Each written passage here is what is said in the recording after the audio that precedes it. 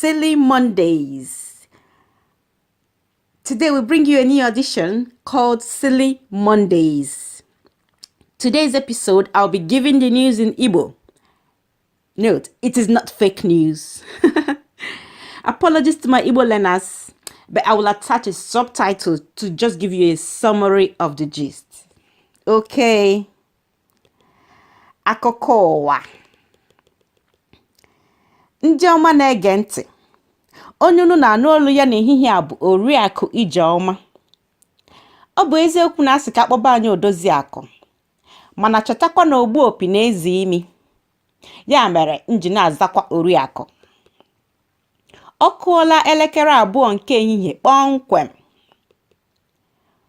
Ngwa ka anyị nụrụ ihe anyị ji mere isi akụkọ. Agwala ndị nne na nna anyị ha ka ha na-akụziri ụmụ ha asụsụ Igbo. Nke 2, ihe ịntanetị enyela ụmụ okoro na agbọghọbịa ohere iji na-achọta nchọnchọ. Ngwa nụrụzie na akụkọ anyị ka ọha na uju.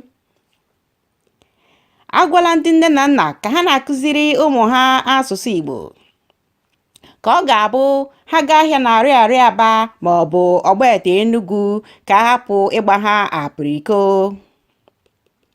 Ọ bụ eziokwu na ha nwere ike ma ha azụ n'ahịa ndị a. Ha nwere ike gaa na nke ndị oyibo kpọrọ supamaketi, mana ọ bụ maka ada ama Ọnịcha gwara Obosi. Ọ bụrụgodị ngili Igbo ha sụba maka na half bread dị better than chinchin.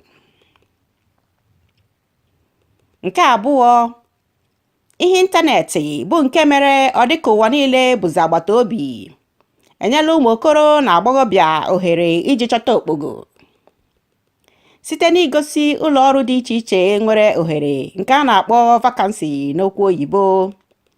Site na ịnya ụgbọala Uber ma ọ bụ n'imepe ọfisi n'ihe onyonyo nke a na-akpọ YouTube na echetara.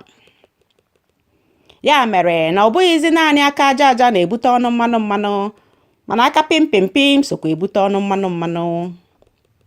Ọ gwụla ka ọ ha m n'ọnụ n'uhuruchi a. Ana m asị ọ bịara gba onye abịagbule ya, mana ọ lawa mkpụmkpụ apụla ya. Nke onye na-eme dị mma ya gazie. Udo dịrị unu. Daalụnụ. Please share and subscribe.